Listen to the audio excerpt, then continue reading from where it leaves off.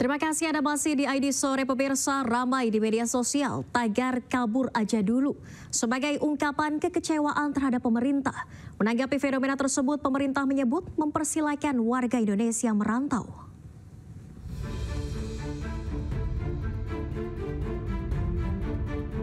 Tren tagar kabur aja dulu ramai di media sosial.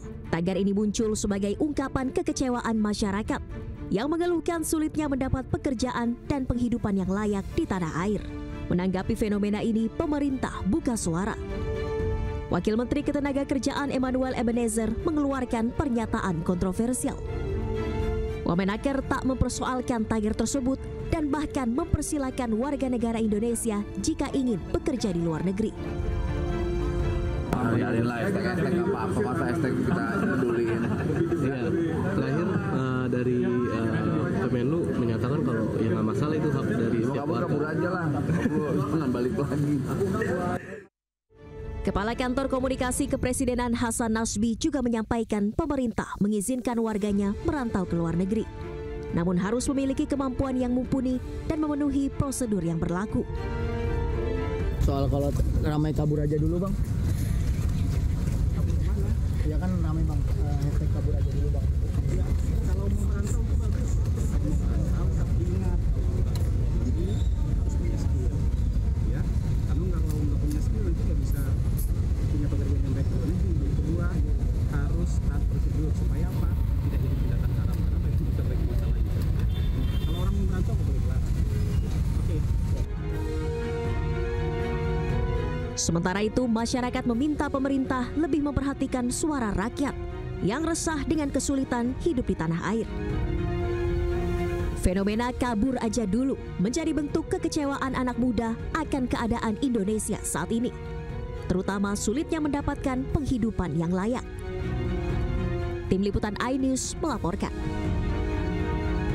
Pemirsa, sejumlah masyarakat mengaku setuju dan mendukung tren kabur aja dulu untuk mencari penghidupan yang layak di negara lain.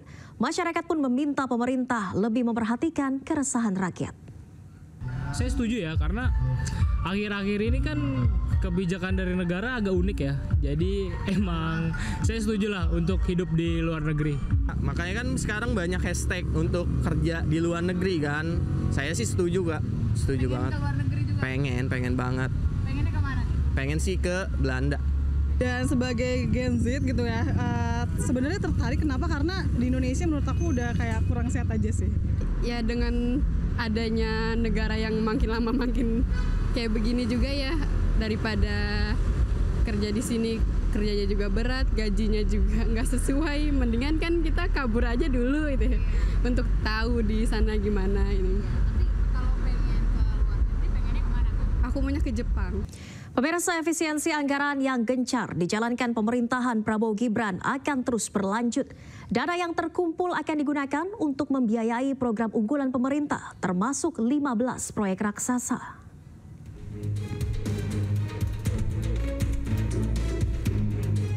Guna meluncurkan program pemerintah, Presiden Prabowo akan meluncurkan Badan Pengelola Investasi Daya Anagata Nusantara Danantara pada 24 Februari 2025.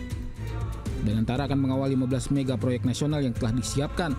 Dalam pidatonya di HUT Partai Gerindra, Presiden Prabowo pastikan tidak akan bergantung pada investasi asing. 15 proyek, mega proyek yang miliar-miliar dolar kita mulai tanpa kita minta investasi dari luar negeri. Kita akan wujudkan cita-cita Bung Karno, berdiri di atas kaki kita sendiri. Kita tidak akan minta-minta. Ada yang datang dari luar, hanya bisa saya bilang, silakan. Anda mau masuk ke Indonesia, kami terbuka. Tapi kita tidak akan mengemis. Selain mengawal proyek raksasa milik pemerintah, Danantara juga akan mengelola sejumlah BUMN. Daftar BUMN yang dikelola Danantara adalah Bank Mandiri, Bank BRI, Bank BNI, PLN, Pertamina, Telkom Indonesia, dan Min ID. Presiden Prabowo pun mengajak presiden sebelumnya untuk menjadi pengawas Danantara. Aset awal Danantara sebesar 14.000 triliun rupiah. Tahun ini dana sebesar 20 miliar rupiah akan dialokasikan untuk proyek-proyek strategis. Tim Liputan iNews melaporkan. Dan pemirsa, pemerintah akan meluncurkan bank khusus penyimpanan emas yang pertama di Indonesia. Bank emas rencananya akan diresmikan pada 26 Februari mendatang. Akan bentuk bank emas. Pemerintah akan meluncurkan bank khusus penyimpanan logam mulia jenis emas pertama di Indonesia. Hal ini disampaikan Presiden Prabowo Subianto usai menggelar rapat terbatas dengan sejumlah jajaran Menteri Kabinet Merah Putih di Istana Negara Jakarta Senin siang. Presiden Prabowo menyayangkan negeri Indonesia yang kaya emas, tapi tidak bisa disimpan di dalam negeri.